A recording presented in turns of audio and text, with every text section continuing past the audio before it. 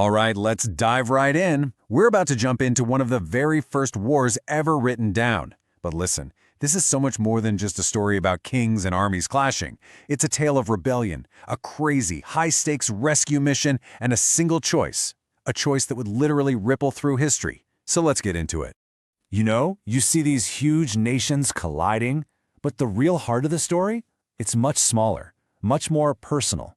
It really zooms right in on one family, one guy caught in the middle of it all, and his uncle, who's about to risk absolutely everything to get him back.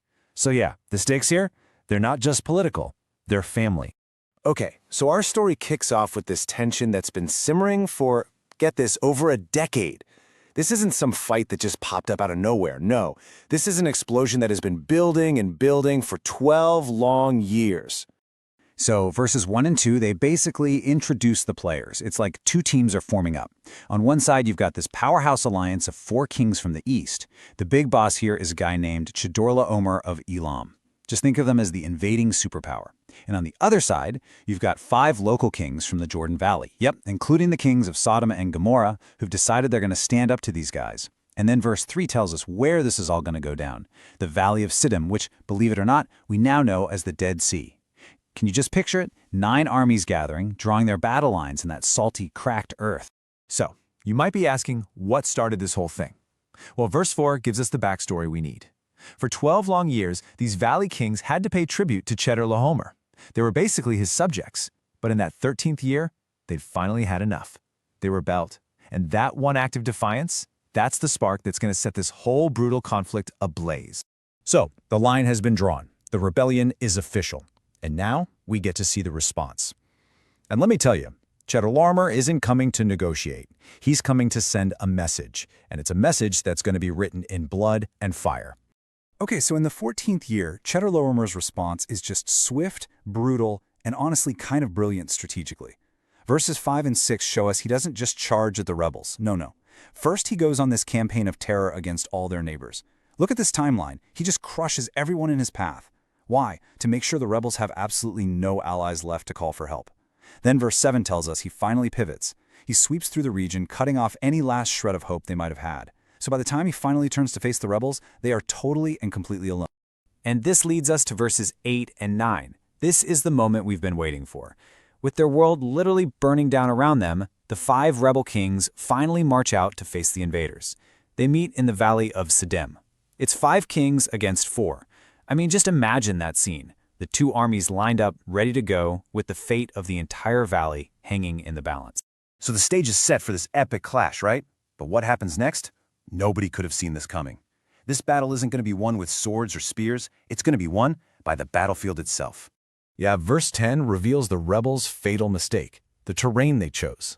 The valley was just full of these natural asphalt pits, tar pits. So the second the battle starts to go south, the kings of Sodom and Gomorrah just panic. They flee and they lead their armies right into this natural trap. Just picture it. Chaos, soldiers stumbling, falling into these sticky, inescapable pits of tar. The army just dissolves.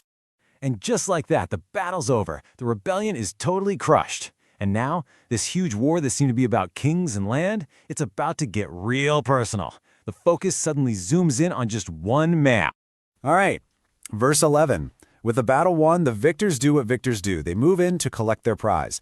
They completely plunder Sodom and Gomorrah, taking everything that isn't nailed down, all the wealth, all the food, everything. The cities are left completely empty as this conquering army marches off, loaded down with loot. But then comes verse 12, and this is the moment that changes the entire story. Because among the captives, they grab a guy named Lot. And who's Lot? He's Abram's nephew. Lot, his family, his entire household, they're all swept up with the rest of the prisoners. And just like that, this huge political war just became a family crisis. Think about it.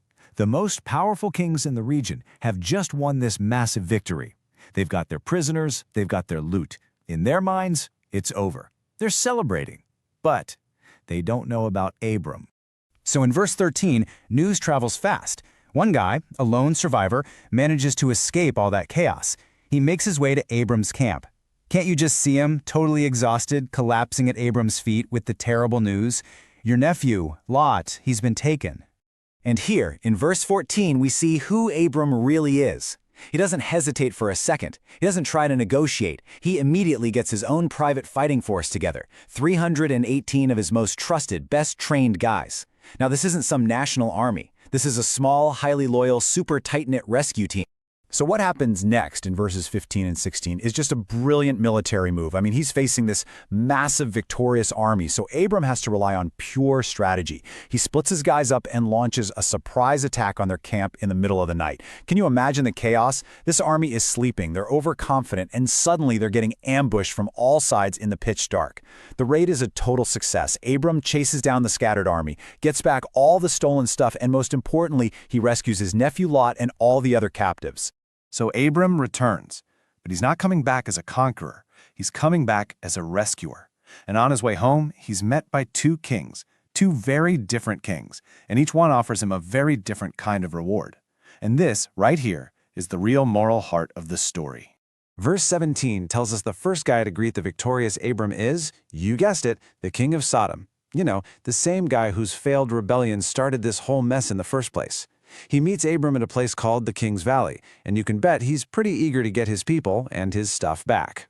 But then, in verse 18, this other figure shows up, a mysterious, kind of majestic guy named Melchizedek. He's the king of Salem and a priest of God Most High. And he doesn't come making demands. He just brings out bread and wine for Abram's tired crew. Then, in verses 19 and 20, he gives Abram a blessing, and he makes it clear the victory came from God, not just from Abram's skill. And out of respect, Abram gives this priest a tenth of everything he recovered. So now Abram is standing at this crossroads. He's literally caught between two kings who represent two totally different ways of looking at the world, and two very different ideas of what victory even means. So in verse 21, the king of Sodom makes his offer, and it's purely a business deal. He says, look, you keep all the goods, just give me my people back. It's an offer based on the spoils of war. And that's such a stark contrast to the blessing Abram just got from Melchizedek, right? The blessing was a recognition that his real reward comes from God. So this is the choice, earthly riches or spiritual honor. And Abram's answer in verses 22 and 23 is just one of the most powerful statements of integrity you'll ever hear. He swears an oath, he raises his hand to heaven, and he refuses everything. He says he won't take so much as a thread or a sandal strap. Why? So the king of Sodom can never ever say, I'm the one who made Abram rich. But his integrity doesn't stop him from being fair. In the very last verse, verse 24, he lays out his only conditions. While he's taking nothing for himself, his men need to be paid for the food they ate, and his allies, well, they deserve their rightful share of the loot. So he protects his own honor, but he doesn't shortchange the guys who fought alongside him. That's real leadership. And so, this ancient story of war and rescue leaves us with this question that's just as relevant today as it was back then. Abram was offered the riches of a kingdom, but he chose a blessing instead. It really makes you stop and ask yourself, right? When we're faced with our own choices, what do we define as true wealth?